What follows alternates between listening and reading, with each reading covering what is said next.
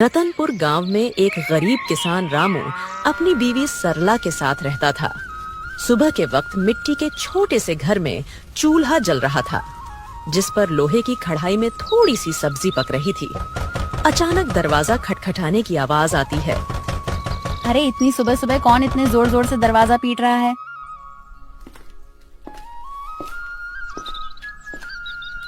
दरवाजा खोलते ही सेठ हरीलाल गुस्से में लाल पीला खड़ा था, जो कि बहुत लालची और चालबाज है। वह हर किसी से 2 गुना ब्याज वसूलता था। रामू, बहुत हो गया तेरा नाटक। मेरे पैसे कहाँ हैं? सेठ जी, कल ही तो मैंने आपको पूरी रकम दे दी थी और पूरा हिसाब पक्का कर दिया था, और मैंने आपके पुराने पैसे भी कब के लौटा दिए हैं। देर की वजह से तेरा ब्याज बढ़ गया है। अब वो उधार तुझे 5 गुना ब्याज के साथ लौटाना होगा। 5 गुना? सेठ जी, ये तो अन्याय है। मैंने मेहनत करके ब्याज सहित पूरे पैसे चुका दिए हैं। मैं गरीब आदमी इतना भारी ब्याज कैसे दे सकता हूँ? ज्यादा जुबान मत चला। अगर पैसा नहीं दिया ना तो तेरे घर का ताला तोड़कर बर्तन कपड़ा सब उठा ले जाऊंगा। तेरी बैलगाड़ी भी बेच दूंगा। सेठ जी, गरीब का खून चूसकर आपको क्या मिलेगा? हमारे साथ ऐसा मत करिए। इतना ज्यादा ब्याज मैं नहीं दे पाऊंगा। पैसे तो तुझे देने ही पड़ेंगे। देख लूंगा मैं तुझे। याद रखना रामू, हरीलाल से पंगा लेना आसान नहीं है। सेठ रामू को धमकाते हुए चला जाता है, लेकिन जाते जाते अपने नौकर को कहता है, इस गरीब भिखारी की इतनी मजाल, मुझे ना बोलकर इसने गलती कर दी। इसे तो सबक सिखाना पड़ेगा ताकि गांव में बाकी गरीब भी डर में रहे। आप बताइए, ये जिंदगी कब बदलेगी? रोज रोज 2 वक्त की रोटी के लिए जूझना पड़ता है। कभी मन करता है घर की टूटी छत ठीक करवा दूं, तो कभी सोचती हूँ कि हमारे पास भी अच्छे कपड़े हों, लेकिन लगता है किस्मत ने हमें बस तंगी ही दी है। मुझे पता है तुम्हें तकलीफ है, पर मैं क्या करूं? खेत छोटे हैं, बारिश वक्त पर नहीं होती, ऊपर से कर्ज का बोझ भी सर पर है। मैं दिन रात मेहनत करूं, तब हमारे हिस्से में यही नमक रोटी आती है। मेहनत? हाँ, मेहनत तो आप करते हैं, लेकिन भगवान हमारी सुनता ही कहाँ है। लगता है जैसे भाग्य ने हमें इस गरीबी में ही सड़ने के लिए भेजा है। सरला ने आह भरी, पर चुपचाप सब्जी पकाने लगी। कमरे में सन्नाटा था। रामू ने मन ही मन ठान लिया, आज खेत में चाहे जान निकल जाए, पर घर लौटकर कुछ ऐसा लाऊंगा जिससे सरला के चेहरे पर मुस्कान आ जाए। रामू को नहीं पता था कि आज का दिन उसकी जिंदगी की सबसे बड़ी कहानी की शुरुआत करने वाला है। सुबह के वक्त रामू खेत जाने के लिए घर से निकल रहा है। सुबह की हल्की हल्की धूप खेतों पर पड़ रही थी। सरला के मन में आज कुछ हलचल सी चल रही थी। रामू रोज गांव के बीच से होकर जाने वाला रास्ता मंदिर के पास से गुजरता था। रामू रोज इसी रास्ते से जाता था, क्योंकि यही सबसे छोटा और आसान रास्ता था। मंदिर में उस वक्त बस पुजारी ही थे जो सफाई कर रहे थे। प्रणाम पंडित जी, कैसे हैं आप?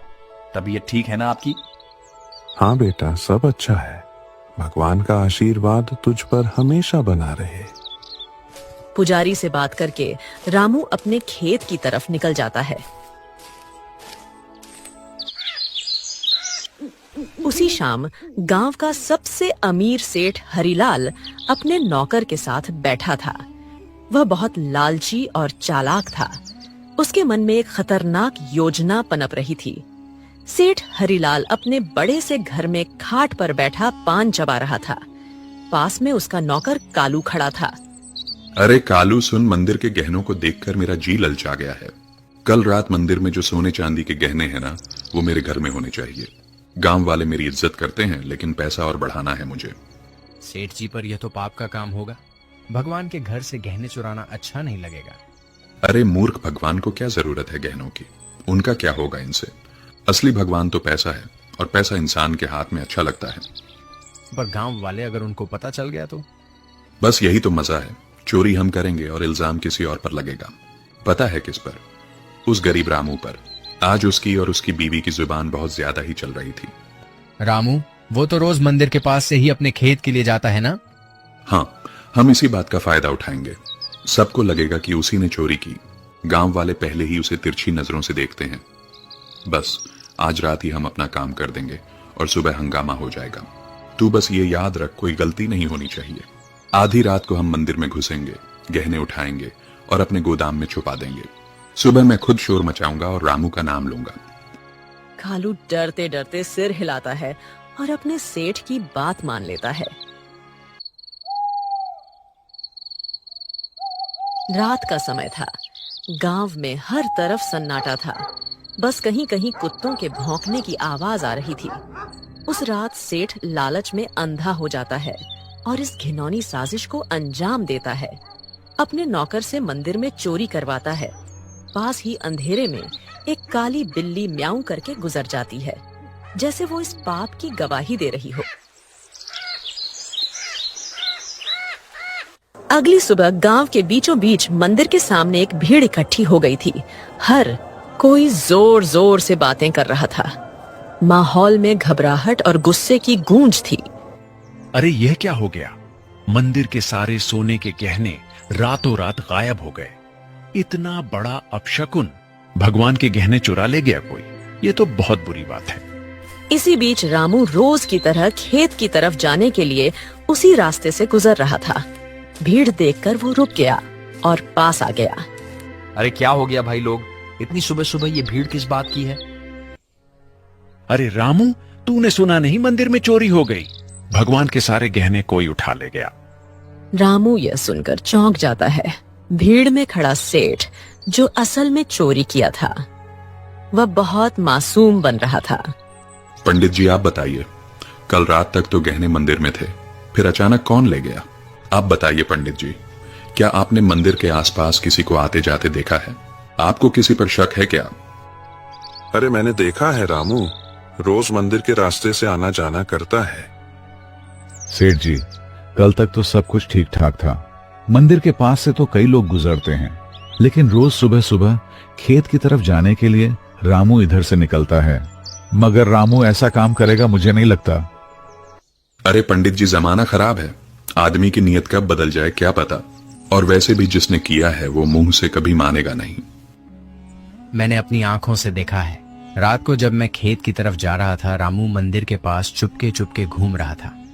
ये क्या कह रहे हो आप लोग? मैंने कोई चोरी नहीं की है। इतना बड़ा पाप मुझ पर मत डालो। अरे हाँ, ये गरीब आदमी है, पैसों की तंगी में है, ये कर भी सकता है ये काम। ये लोग मुंह पर अच्छे बनते हैं। अरे भगवान से डरिए आप लोग, हमने कुछ नहीं किया। हम गरीब जरूर हैं, लेकिन चोर नहीं। मेरे पति जितना ईमानदार इंसान इस पूरे गांव में कोई नहीं है। ऐसा मत कहिए, वरना भगवान आप लोगों को कभी माफ नहीं करेगा। रामू और उसकी बीवी ने बहुत समझाने की कोशिश करी, लेकिन भीड़ मानने को तैयार नहीं थी।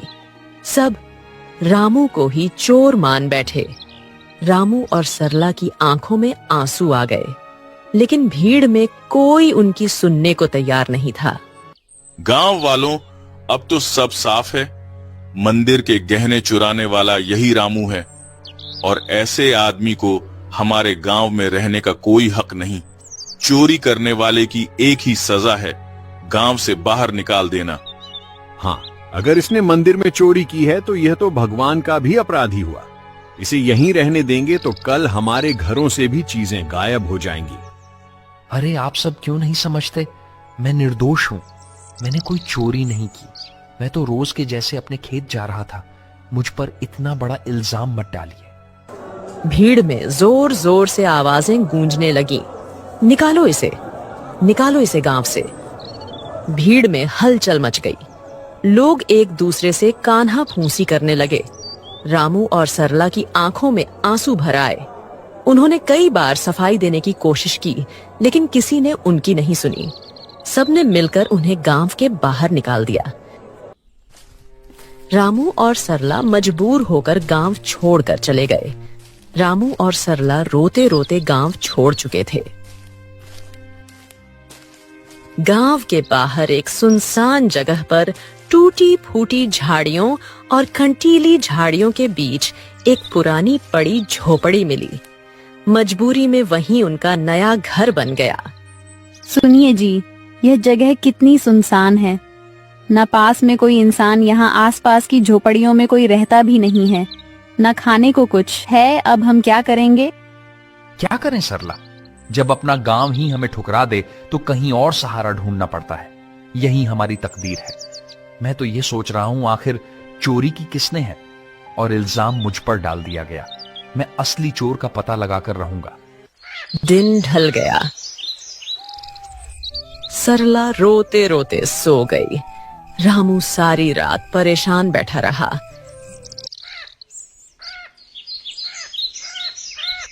अगली सुबह जब रामू उठा तो उसने देखा कि सरला रो रो कर भूख से कमजोर हो गई है। सरला, तुम यहीं रहो, मैं कुछ खाने के लिए लाता हूं, फिर अपने खेत जाऊंगा दूसरे गांव से होते हुए। तुम दरवाजा अंदर से बंद करके आराम करो। इतना कहकर रामू जंगल की ओर चल गया।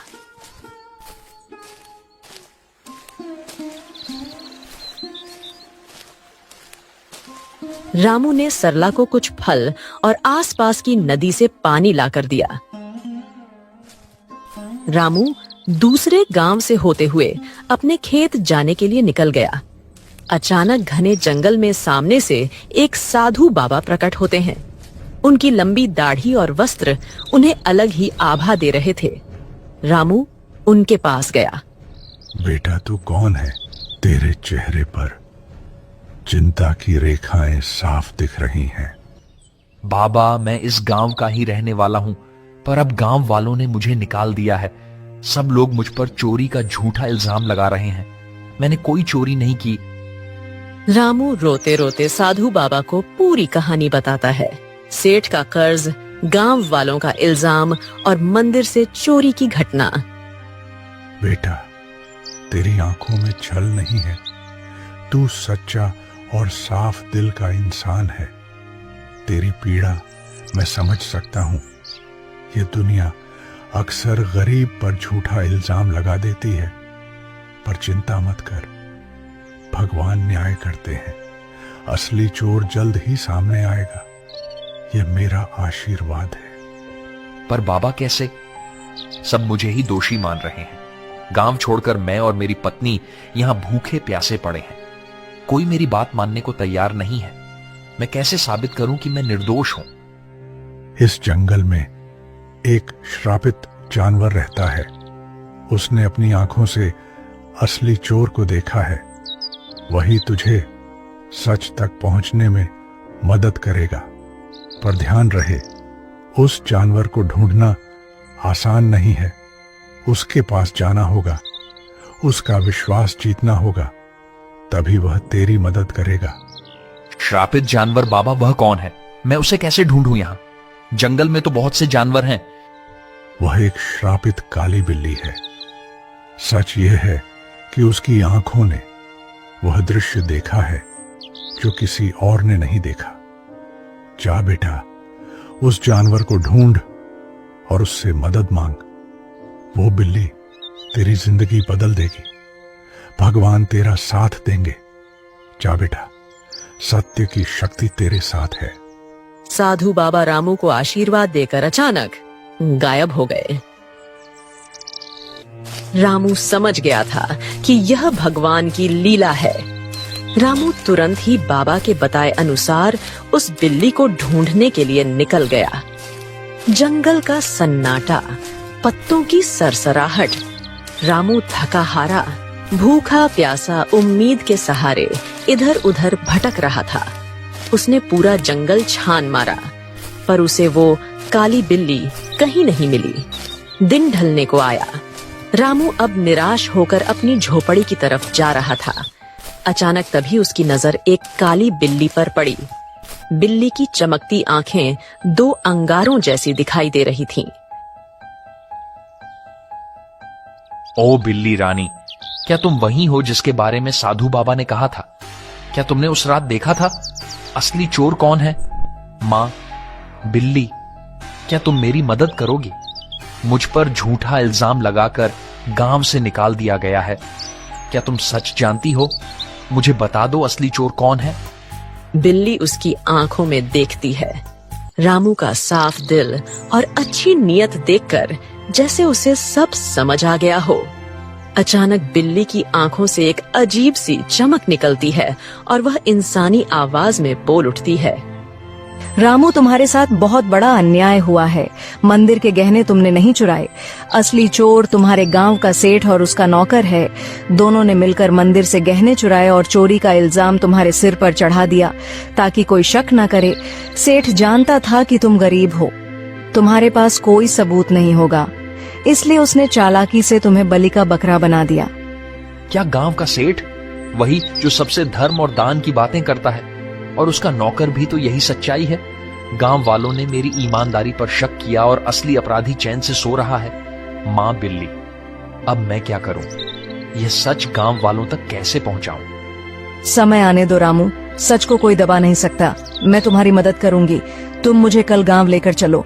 मैं वहां जाकर सबको सारी सच्चाई बताऊंगी और तुम्हें निर्दोष साबित करूंगी। रामू को बिल्ली की बातें सुनकर राहत मिलती है।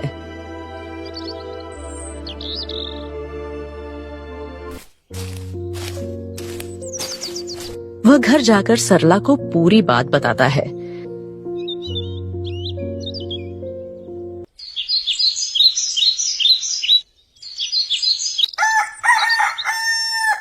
अगली सुबह रामू और सरला बिल्ली को लेकर गांव जाते हैं और सबको बुलाते हैं।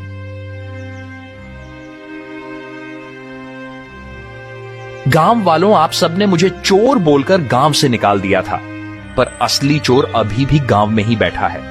आज मेरे पास एक गवाह है जो मुझे निर्दोष साबित करेगा। गांव वालों सुनो, असली चोर रामू नहीं है। मैंने अपनी आंखों से देखा है। मंदिर के गहने सेठ और उसके नौकर ने मिलकर चुराए हैं। अगर तुम्हें यकीन नहीं होता तो सेठ के घर जाकर देखो, मंदिर के गहने वहीं मिलेंगे। अरे, यह बिल्ली बोल कैसे रही है? चलो हम जाकर देखते हैं सेठ के घर गहने हैं या नहीं। वैसे भी सेठ ही हमें हमेशा धोखा देता रहा है। बिल्ली को बोलता देख सब चौंक जाते हैं और गांव के कुछ लोग सेठ के घर जाते हैं। उनको गहने सेठ के घर में मिल जाते हैं। अब पूरे गांव में बातें होने लगी। सेठ चोर है, सेठ चोर है। सब बोलने लगे। सेठ ने चालाकी से अपने नौकर को इशारा करा और सारा इल्जाम नौकर पर डाल दिया। अरे नहीं नहीं, मैं चोर नहीं हूँ। ये सब मेरे नौकर की करतूत है। उसने ही चोरी की है। मैं तो खुद हैरान हूँ। झूठ मत बोलिए सेठ जी, आप सबसे ब्याज में 4 गुना पैसे वसूलते हो, अब चोरी भी करवा रहे हो। ठीक है, अगर तुम सब कहते हो तो इस नौकर को सजा मैं दूंगा, क्योंकि यही असली चोर है। मुझे इस बारे में कुछ नहीं पता था। सेठ ने पूरे गहने वापस मंदिर में रखवा दिए। अब गांव में उसकी कोई इज्जत नहीं करता है। पूरे गांव वालों ने रामू से माफी मांगी। उन्हें अपनी गलती का एहसास हो गया। सबने पूरे आदर सम्मान के साथ रामू और सरला को गांव वापस बुलाया।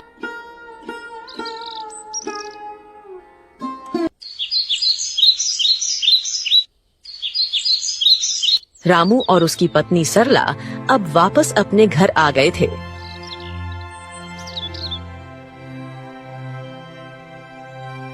शाम का समय, हल्की ठंडी हवा चल रही है।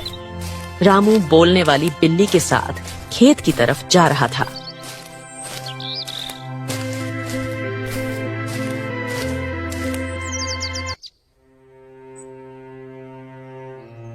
मां बिल्ली, आज अगर तुम ना होती तो मेरी जिंदगी बर्बाद हो जाती। तुम्हारे ही कारण ही मुझे इज्जत वापस मिली। तुम्हारा बहुत बहुत धन्यवाद। रामू, अब मुझे तुमसे एक आखिरी बात कहनी है। अचानक तेज रोशनी बिल्ली के चारों ओर फैलने लगती है। बिल्ली चमकने लगती है और पल भर में वह एक सुंदर अप्सरा में बदल जाती है। रामू आश्चर्य से पीछे हट जाता है। अरे ये क्या हुआ? तुम अचानक अप्सरा कैसे बन गई? कौन हो तुम? हाँ रामू, मैं एक अप्सरा ही हूँ।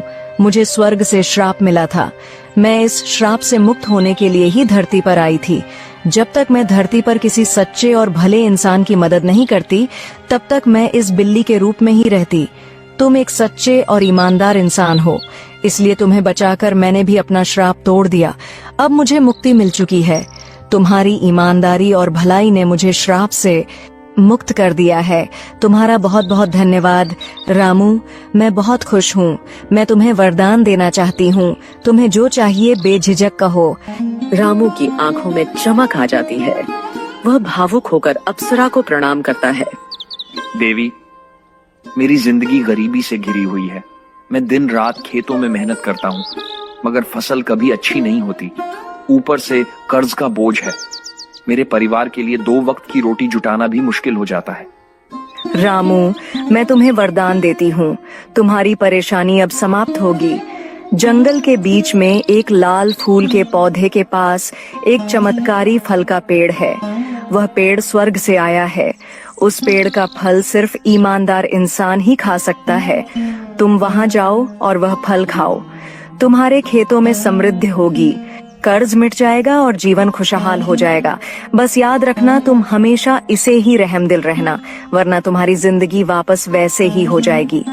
सुखी रहो रामू। अब मैं चलती हूँ, अपना ख्याल रखना। रामू को वरदान देकर अप्सरा अचानक गायब हो जाती है।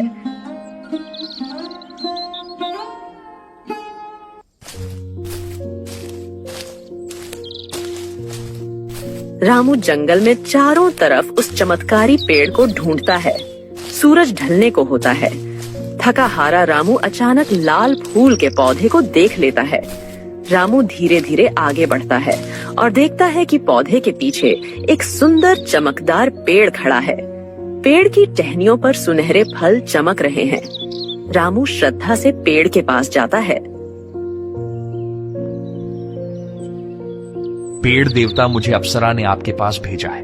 मैं गरीब किसान रामू हूँ। क्या मैं आपके फल खा सकता हूँ? अचानक पेड़ से आवाज आई। रामू, मुझे सब पता है। तुम सच्चे और भले इंसान हो, इसीलिए अप्सरा ने तुम्हें यहाँ तक पहुंचाया है।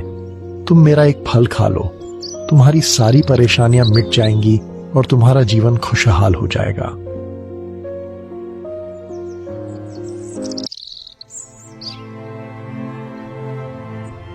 रामू पेड़ से एक सुनहरा फल तोड़कर खाता है। अचानक उसके शरीर में एक अजीब सी ऊर्जा दौड़ जाती है। वह पेड़ को धन्यवाद करके अपने घर की ओर निकल जाता है।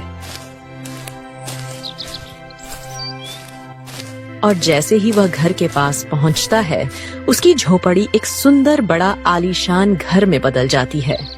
रामू दंग रह जाता है। उसकी पत्नी बाहर आकर चौंक जाती। अरे सुनिए, ये क्या हो गया? हमारी झोपड़ी कहाँ गई? इतना बड़ा घर कैसे बन गया? क्या यह घर हमारा है? हाँ प्रिय, ये सब भगवान की कृपा है। जंगल में मुझे एक अप्सरा मिली। उसने मुझे चमत्कारी पेड़ का रास्ता बताया। उस पेड़ ने मुझे फल दिया और जैसे ही मैंने खाया, हमारी किस्मत बदल गई। रामू ने सरला को उस स्वर्ग से आई श्रापित बिल्ली की पूरी कहानी बताई। इतने सालों की गरीबी के बाद अब हमारी जिंदगी बदल गई। भगवान का बहुत बहुत धन्यवाद। हाँ, मगर याद रखना, यह चमत्कार हमें सिर्फ इसलिए मिला है क्योंकि हमने कभी बेईमानी नहीं की। ये वरदान हमें हमारी मेहनत और ईमानदारी की वजह से मिला है।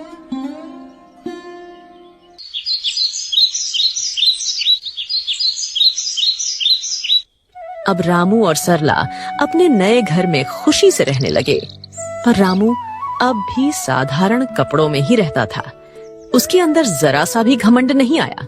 उसने हमेशा उस अप्सरा की बात याद रखी। अब रामू गांव में सबकी मदद करने लगा।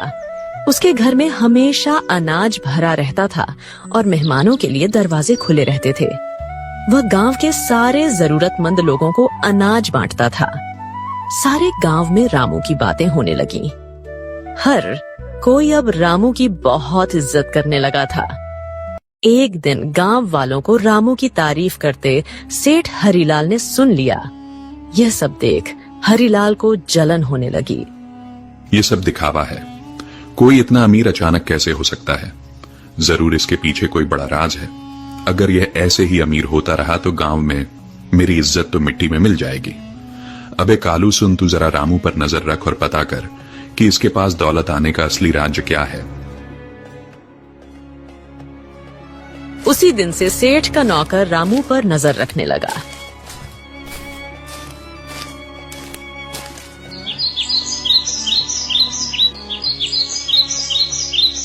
एक दिन सेठ का नौकर रामू का पीछा कर रहा था। उसने देखा कि रामू जंगल में जाकर उस चमत्कारी पेड़ से बात कर रहा है। कालू चुपके चुपके रामू की सारी बातें सुन रहा था।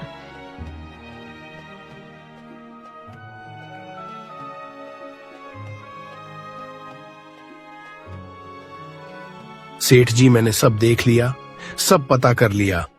रामू उस जंगल के बीच वाले पेड़ से बात कर रहा था।